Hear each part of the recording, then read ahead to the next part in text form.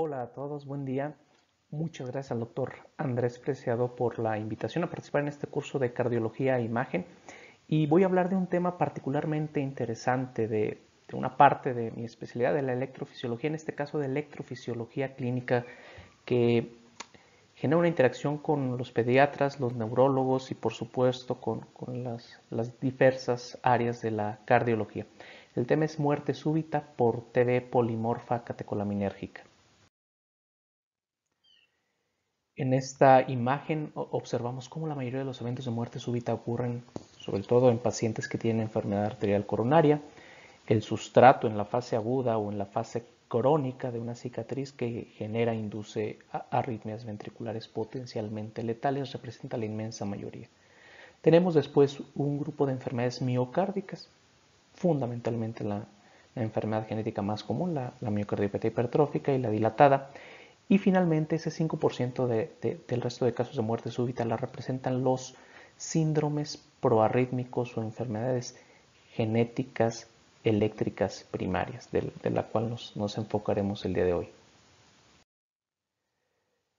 No tiene mucho tiempo que se hizo la descripción de esta patología. Fue en el 75 cuando se hizo esta primera descripción. Ven ustedes una nena de 6 años sin cardiopatía estructural que desarrollaba taquicardia ventricular bidireccional con el esfuerzo y con el estrés emocional. 2 años después, Kumel acuñó el término de arritmias ventriculares inducidas por catecolaminas en 4 niños que después, aparte de esto, desarrollaban Stock Adams. Y fue en el 2001 en 2 publicaciones por separado en el Circulation cuando se encontró la mutación, primero en el gen de la renodina, como la que estaba detrás de esta patología, de la TB polimorfa catecolaminérgica. El diagnóstico, cuando se sospecha, fundamentalmente la clave es el síncope inducido por el ejercicio. Desafortunadamente sabemos que la primera manifestación incluso puede ser la muerte súbita cardíaca. Este es un registro de 27 centros a nivel mundial, el registro más grande, 226 pacientes con TB polimorfa. Son las manifestaciones que ellos documentaron. Síncope en la inmensa mayoría, pero ven ustedes, 1 de cada 3, parada cardíaca no fatal, palpitaciones y dolor torácico. En promedio, los niños comienzan con síntomas por ahí de los 10 años y, como es natural, la inmensa mayoría recibe un diagnóstico equivocado. Tenemos 2 tipos de arritmias en la TB polimorfa, la TB helicoidal y la TB polimorfa. Esto es bien interesante. Cuando la frecuencia cardíaca en sinusal comienza a elevarse arriba de 100, 110, la primera manifestación que aparece son las extrasístoles ventriculares monomórficas, inicialmente de forma aislada. Si la frecuencia sinusal sigue incrementando, van desarrollándose dupletas pleomórficas, extrasístoles polimorfas, y si seguimos incrementando la frecuencia aparecen salvas no sostenidas de taquicardia bidireccional. Finalmente aparecen salvas no sostenidas de TB polimórfica, la cual tiene el enorme riesgo de degenerar en fibrilación ventricular y causar la muerte. De forma clínica se han encontrado algunas diferencias entre las mutaciones en el gen de la ranitidina y las que no dependen de ranitidina respecto a su presentación. Aparte de las arritmias, pues la presentación va a ser a edades un poco más tempranas, disfunción sinusal del nodo AB, incluso FA, o un vínculo relevante que se está mencionando actualmente, por eso el término de genopatías, la asociación entre la mutación de un canal iónico con alteraciones a nivel celular que pueden repercutir en la estructura cardíaca. Por ejemplo, los niños que tienen mutaciones de calsecuestrina comienzan a edades más tempranas y la muerte súbita alrededor de los 7 años. El 90% de los casos van a ser mujeres y bueno, también con una proporción de arritmias ventriculares que sabemos que van a ser dependientes de la frecuencia de descarga. En México hay reportes que estiman una prevalencia de muerte súbita en niños de 9.5 por cada 1000 pacientes al año. No quiere decir que todos estos sean por síndromes arrítmicos primarios. Y a nivel mundial también se estima una prevalencia de TB polimorfa de 1 en cada 10.000 pacientes. Sin embargo, recordar que desafortunadamente la muerte súbita puede ser esa primera manifestación de la enfermedad. Todo esto, el centro medular de la génesis de la arritmia y las mutaciones que conllevan a esto, tienen el centro del escenario al calcio.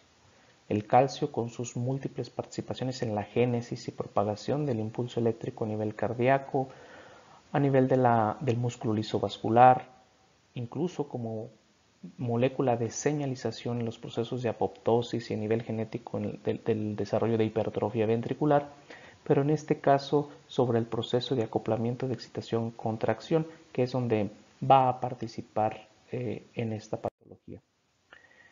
Este es un esquema de un túbulo T y del retículo sarcoplásmico y se ejemplifican dos canales de ranioedina. Entonces la mutación primordial de la enfermedad, la más frecuente, va a depender de este receptor de ranioedina, que va a generar una ganancia de función y en diástole va a permitir la salida anormal de calcio del retículo sarcoplásmico hacia el citosol por esta ganancia de función.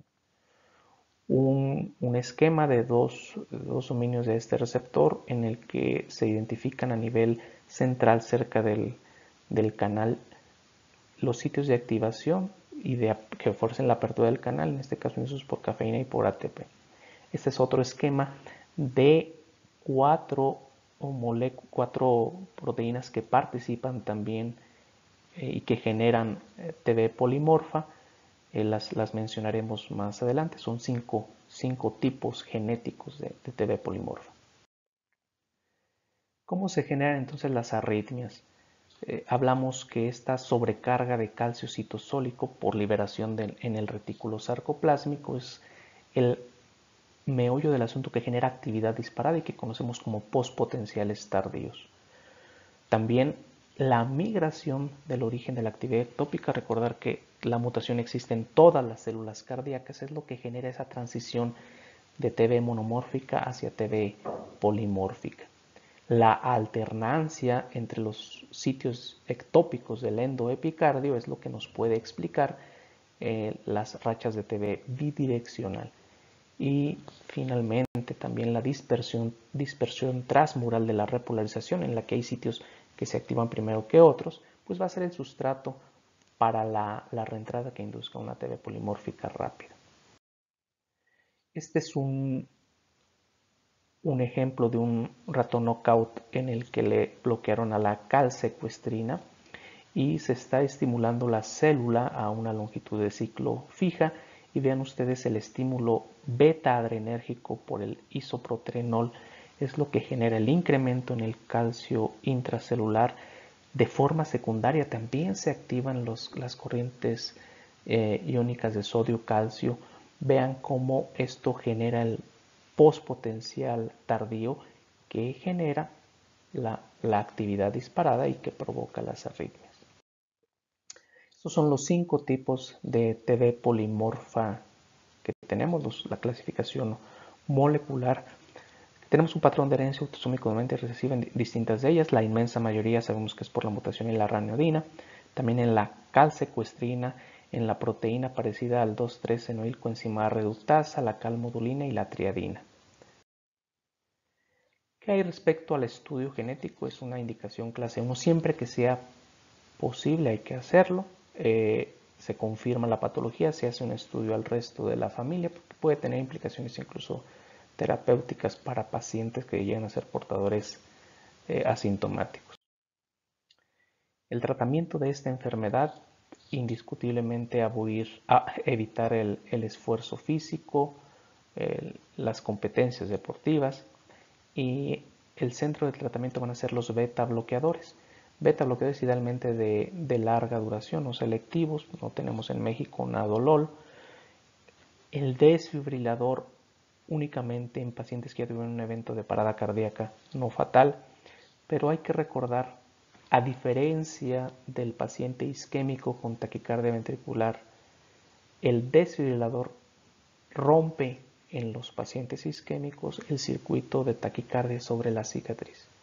En este caso, hay que recordar que es un mecanismo de actividad disparada. El estímulo adrenérgico es lo que genera la arritmia. Evidentemente la descarga eléctrica va a salvar la vida de un paciente que tenga TB polimórfica o fibrilación ventricular, pero si eventualmente el paciente no ha perdido por completo el conocimiento y percibe la descarga y le genera dolor, esto va a incrementar su descarga adrenérgica, lo cual va a perpetuar o a iniciar nuevos eventos arrítmicos. Es importantísimo eso. Y también recordar que la mayoría de los pacientes van a ser niños, en los que incluso puede no ser viable la colocación del dispositivo. Y bueno, finalmente esto no es lo que va a evitar las arritmias. Las va a abortar, pero no las va a evitar. La flecainida como indicación 2A, ¿por qué? Porque sabemos que es un bloqueador de canal de sodio, pero tiene un efecto sobre bloquear a la raniodina. Y recordar que en diástole, por esta ganancia de función, cuando ese es el origen, la liberación de calcio intracelular a nivel del retículo sarcoplásmico nos va a ayudar la flecainida.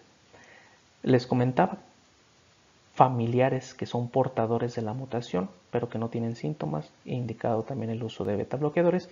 Y finalmente, la simpatectomía cardíaca izquierda. La experiencia que está en el país, bueno, se puede comentar, pero sería una parte también del tratamiento. Quiero compartirles un caso clínico que tuvimos la oportunidad de atender hace algún tiempo, de un muy buen amigo mío. Una nena de 12 años sin historia familiar relevante, que comenzó cuando ella tenía 8 años, con múltiples caídas y traumatismos menores cuando andaba en bicicleta. Era característico, su vida se caía.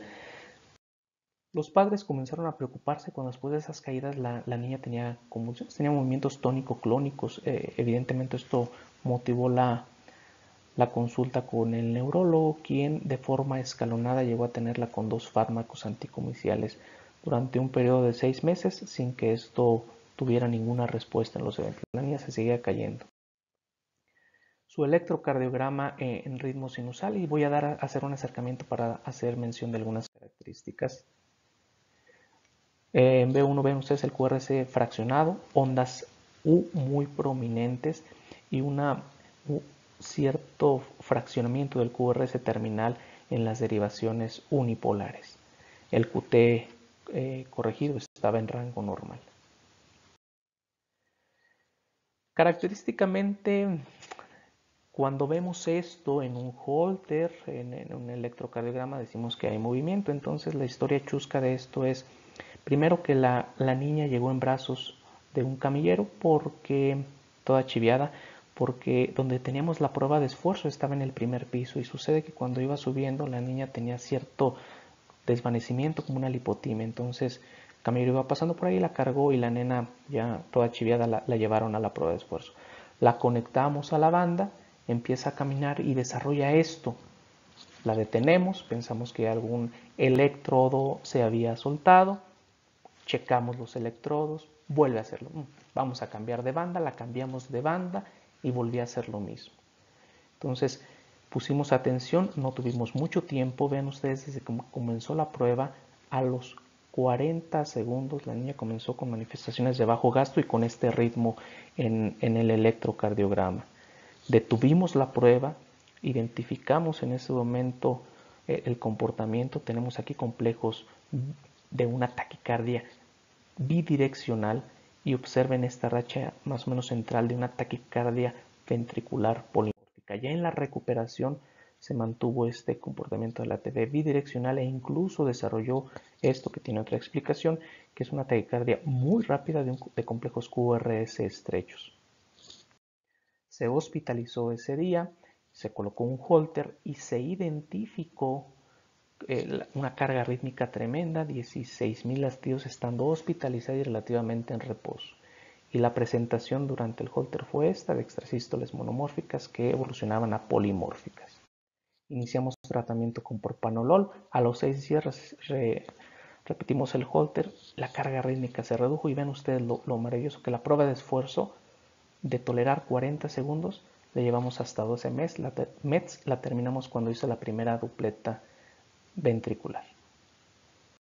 El análisis genético resultó en una mutación en la radianodina, en la posición que se traslocó una guanina por una adenosina. Pues hasta aquí la plática, espero haya sido de su agrado. Muchas gracias.